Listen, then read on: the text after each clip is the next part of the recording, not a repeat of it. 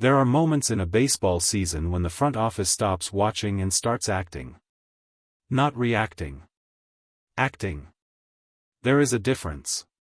Reacting is what organizations do when panic sets in, when the standings shift and the pressure builds and decisions get made in the emotional heat of a bad week. Reacting leaves marks. Reacting creates problems that take months to undo. Acting is different. Acting is cold. Calculated.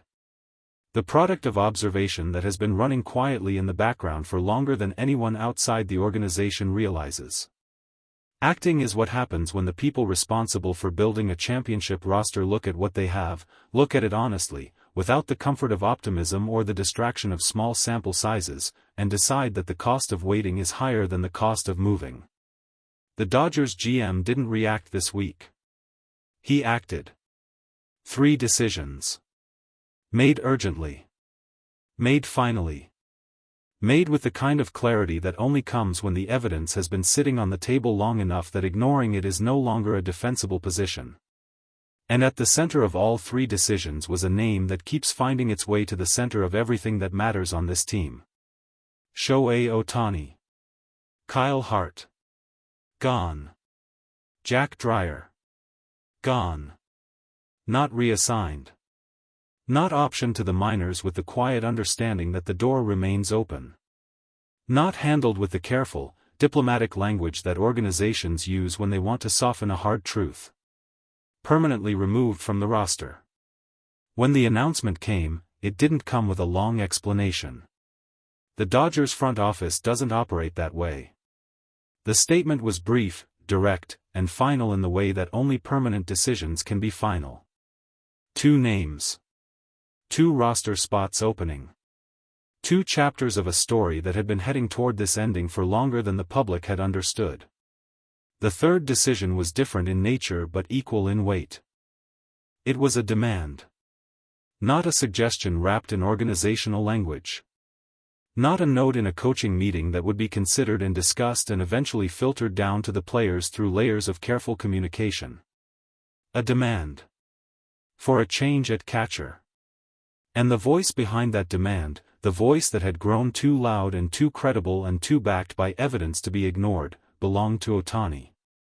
Shohei Ohtani does not complain publicly. That is not who he is. His relationship with criticism, giving it, receiving it, is filtered through a standard that most people in professional sports never fully reach. He doesn't use the media to settle scores. He doesn't use the clubhouse to build alliances against people he disagrees with. He works. He prepares. He produces. And he holds himself to a standard that makes his opinion, when he finally expresses it, impossible to dismiss. Which is exactly why what he said about the relief pitchers landed as hard as it did. It wasn't delivered in front of cameras. It wasn't a press conference statement designed to generate headlines. It was said in the environment where the most important baseball conversations always happen, inside the walls of the clubhouse, among the people responsible for winning games. But it found its way out. Because things said with that level of clarity always do. Ohtani was direct about the relief pitching. He didn't dress it up.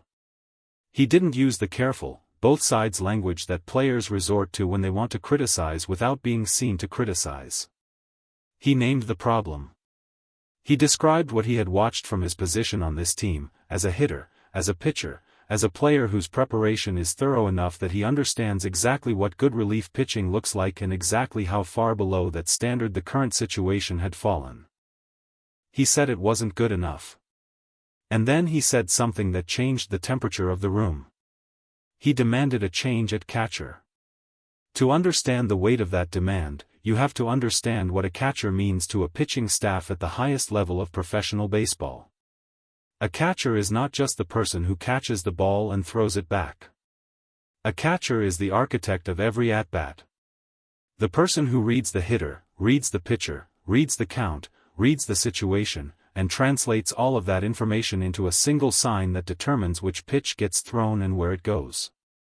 When that process works, when the catcher and the pitcher are operating from the same understanding, built on trust and preparation and shared experience, it creates something that cannot be manufactured by talent alone. It creates a rhythm. A certainty. The kind of confidence on the mound that allows a pitcher to throw the right pitch in a difficult moment without hesitation. When that process breaks down, everything breaks down with it. Ohtani had watched it break down. Not once. Not in a single game where the circumstances were complicated and the margin for error was thin. But repeatedly. In patterns that were identifiable and specific and directly connected to the runs that were being allowed when the games were closest. He had watched pitchers shaking off signs in situations where shaking off signs created hesitation. He had watched pitch selection that didn't account for what the hitters had already shown in earlier at-bats. He had watched the communication between pitcher and catcher become something fragile and uncertain in exactly the moments when it needed to be the opposite. And he had said so. Clearly. With the full weight of his preparation and his performance and his understanding of what this team needed behind every word. The GM heard it. And the GM acted. Kyle Hart and Jack Dreyer were not removed from this roster because of one bad outing. That's the version of the story that's easiest to tell, the simple narrative of two pitchers who struggled, a team that needed to make changes, and an organization that responded. But the full picture is more complicated. And more damning. Both players had been given time. More time, some inside the organization felt, than the results justified. The front office had watched. Roberts had watched. The coaching staff had watched.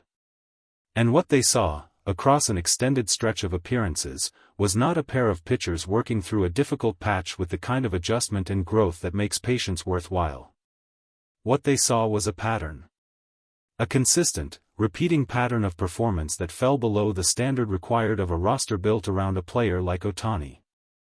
A standard that demanded more from every person wearing that uniform than Hart and Dreyer had been able to deliver. There was also the question of accountability. Because inside the clubhouse, in the specific, combustible environment that had been building over the past weeks, Hart and Dreyer had become associated with something beyond their statistics. They had become associated with the kind of deflection that poisons team culture. The kind that looks for somewhere else to point when the performance doesn't match the expectation.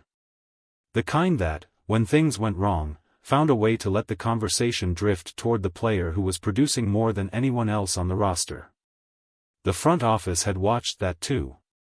And when the GM sat down to make 3 urgent decisions, all of it was on the table. Dave Roberts had been asked, in various forms and with various levels of directness, about the relief pitching situation for weeks. His answers had been measured. Careful. The kind of answers that acknowledged the problem without fully committing to the solution, because the solution wasn't ready to be announced yet, and Roberts understood that premature announcements create more problems than they solve.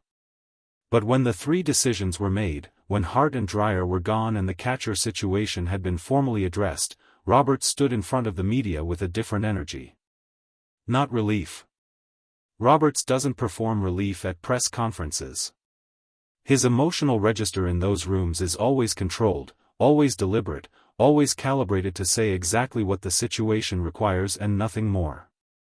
But there was a clarity in him that hadn't been there before. The clarity of a manager whose front office had just aligned with what he had been seeing from the dugout.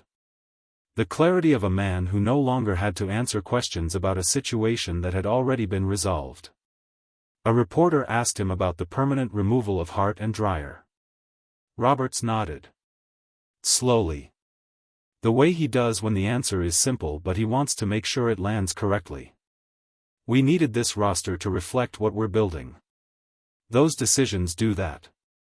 Another reporter asked about Ohtani's criticism of the relief pitching. About the demand for a change at catcher. About whether it was appropriate for a player, even a player of Ohtani's stature, to exert that kind of influence over roster construction. Roberts looked at the reporter for a moment before answering. His expression didn't shift. But something behind it became very focused. When the best player in the world tells you something isn't working, he said slowly, and the evidence supports everything he's saying, you listen. That's not a player overstepping. That's a player doing his job at the highest possible level. He paused. We listened. The room was quiet for a moment after that. Because there was nothing to add to it. No follow-up that would change what had just been said. No angle that would reframe it into something more complicated than it was. The GM had made 3 decisions. Roberts had stood behind all of them. And Ohtani, the player at the center of all of it, had been heard. Roster moves happen every week in professional baseball. Players come and go. Decisions get made and unmade and remade across the long grind of a season. Most of them don't mean anything beyond the immediate. These 3 mean something. They mean that the standard Ohtani carries, the standard he holds himself to, the standard he held his teammates to in the 7th inning, the standard he brought into every conversation about what this team needed to become, is now officially the organization's standard too. Hart is gone. Dreyer is gone. The catcher situation has been addressed. What replaces them will be built around a simple, non-negotiable foundation: perform at the level this team requires, communicate with the player who makes this team go, and understand that in this clubhouse, in this organization, in this season, there is no room for anything less. 3 decisions. Made urgently. Made finally. The Dodgers didn't just change their roster this week. They defined themselves.